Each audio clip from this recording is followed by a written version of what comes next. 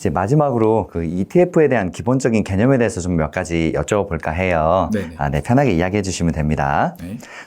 저희가 항상 이제 그 초대 손님 모시면 하는 공통적인 질문들이 몇 가지 있는데, ETF가 펀드나 단일 종목보다 매력적인 이유, 사실 너무 많은 이야기, 너무 당연한 이야기인데, 팀장님은 어떻게 생각하세요? 네, ETF는 뭐 기본적으로 펀드이죠. 펀드인데 가장 큰 차이점은 거래 방식이라고 생각을 합니다. 아무래도 ETF는 주식과 같이 이제 거래소에 상장이 되어 있는 상품이기 때문에 투자자분들이 뭐 HTS나 MTS만 딱 가지고 계시면 실시간으로 거래를 하실 수 있다는 장점이 있어요. 근데 펀드는 이제 은행이나 이제 증권사 같은 판매사를 통해서 거래를 하셔야 되기 때문에 그러한 부분에 좀 차이가 있다고 말씀드릴 수가 있고요. 그리고 두 번째는 비용적인 측면인데, 상대적으로 ETF는 이제 직접 거래하시는 상품이다 보니까 이제 보수나 비용 체계가 조금 더 저렴하다는 장점이 있습니다. 단일 종목 좀 주식과 비교해서 말씀을 드리면, 아무래도 이제 단일 종목 대비해서 이제 ETF 같은 경우에는 장기적으로 좀 구조적으로 성장할 수 있는 산업들을 봤을 때 어떤 종목을 투자해야 될지에 대한 고민이 좀 있을 수 있잖아요. 그 결국에는 이제 주도주라고 말씀을 드리는데, 그러한 부분들의 고민을 좀 ETF를 통해서 해소할 수 있다는 게 가장 큰 장점이라고 말씀드릴 수가 있을 것 같아요.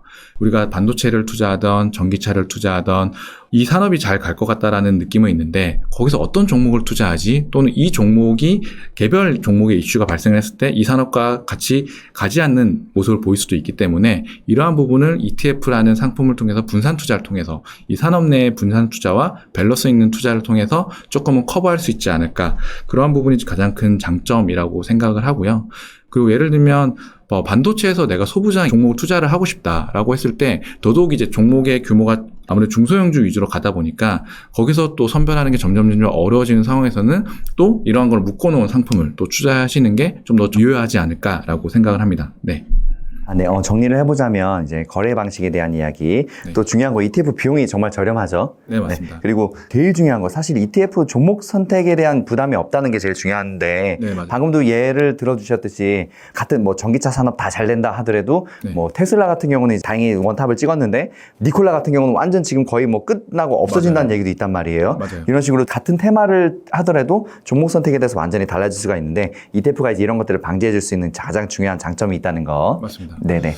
예전 얘기긴 한데요. 우리가 한 15년, 20년 전만 해도 모바일 산업만 보더라도 지금은 뭐 당연히 우리가 딱 구분을 할 수 있지만 뭐 삼성과 애플 그리고 노키아와 모토로라를 봤을 때 그 당시로 봤을 때는 다 좋아 보였잖아요. 근데 시대의 변화가 빠르면서 바뀔 수 있기 때문에 이러한 부분은 ETF를 통해서 대응을 하시면 그 산업의 구조적인 성장을 ETF를 통해서 좀 같이 가져가실 수 있지 않나.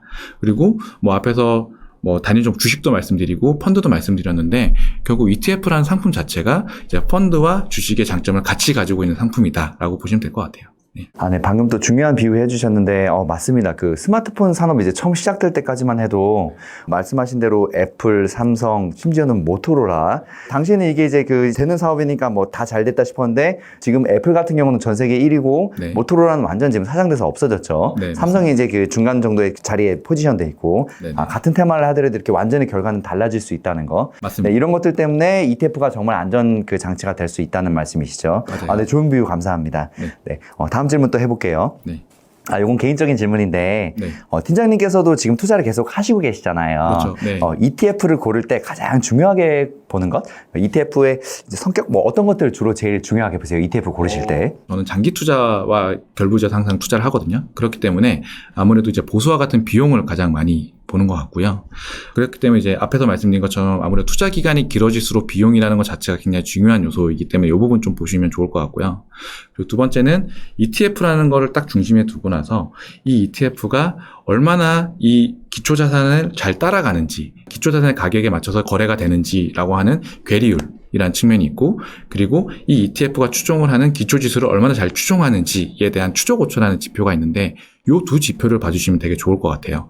그렇기 때문에 내가 적정 가격에 내가 매수를 하고 매도를 하는지를 요 지표를 보고 판단하시면 좋을 것 같고, 그리고 이제 많은 분들이 ETF를 투자를 하실 때 이제 시가총액이나 거래량을 많이 보시거든요.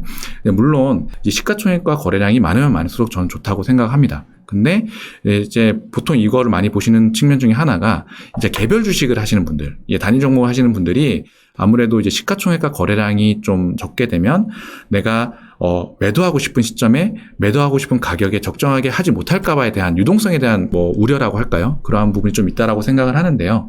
ETF는 LP라는 그런 제도가 있어요. 그렇다 보니까 일반 투자자분들이 거래를 하지 않으시더라도 이러한 증권사들이 실시간으로 매수 매도 유동성을 공급을 해주기 때문에 그러한 우려는 개별 종목 대비해서는 좀 덜 가지셔도 된다라는 측면에서 좀 그건 하나 말씀드리고 싶어요. 네. 네. 지금 중요한 이야기 해주셨는데요. 네.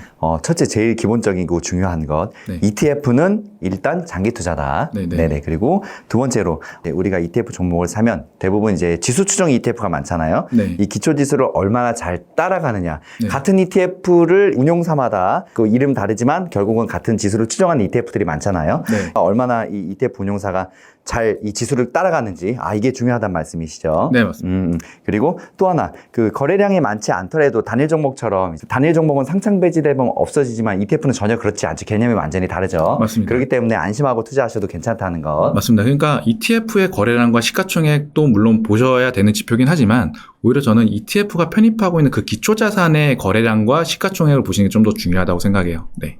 네, 맞는 말씀이십니다. 네. 네. 다음 질문 또 해보겠습니다. 네. ETF 투자도 연령대나 직업군에 따라서 투자 전략이 당연히 또 달라지겠죠? 네. 이 투자 전략에 대한 이야기를 또 오늘 해주신다고 하시더라고요. 어떤 이야기인가요? 네. 사실 뭐 되게 간단한 얘기인데요. 일단은 그 투자에 있어서 개인의 투자 스타일이나 개인의 상황에 따라서 투자 전략을 좀 달리 가져가야 된다는 얘기를 좀 드리고 싶어요. 그 중에서 이제 가장 큰 게 결국 연령이라든지 본인의 이제 수입 수준이 이제 하나의 큰 예시가 될 수 있을 것 같고요. 뭐 연령대라고 하면은 아무래도 이제 내가 어떤 연령대냐에 따라서 이제 투자 가는 기간이 달라지기 때문에 그 투자 가는 기간에 따라서 오는 전략이 달라질 수 있다라고 생각을 하고요. 두 번째는 아무래도 소득 수준 또는 수입의 정도에 따라서는 내가 매달 발생하는 현금 흐름이나 자산의 크기 또는 거기에서 오는 내가 감내할 수 있는 위험이라든지 투자 가능한 금액이 달라질 수 있기 때문에 이러한 부분을 좀 고려해서 투자 전략을 세우셔야 된다라는 측면에서 좀 말씀을 드리고 싶습니다. 네.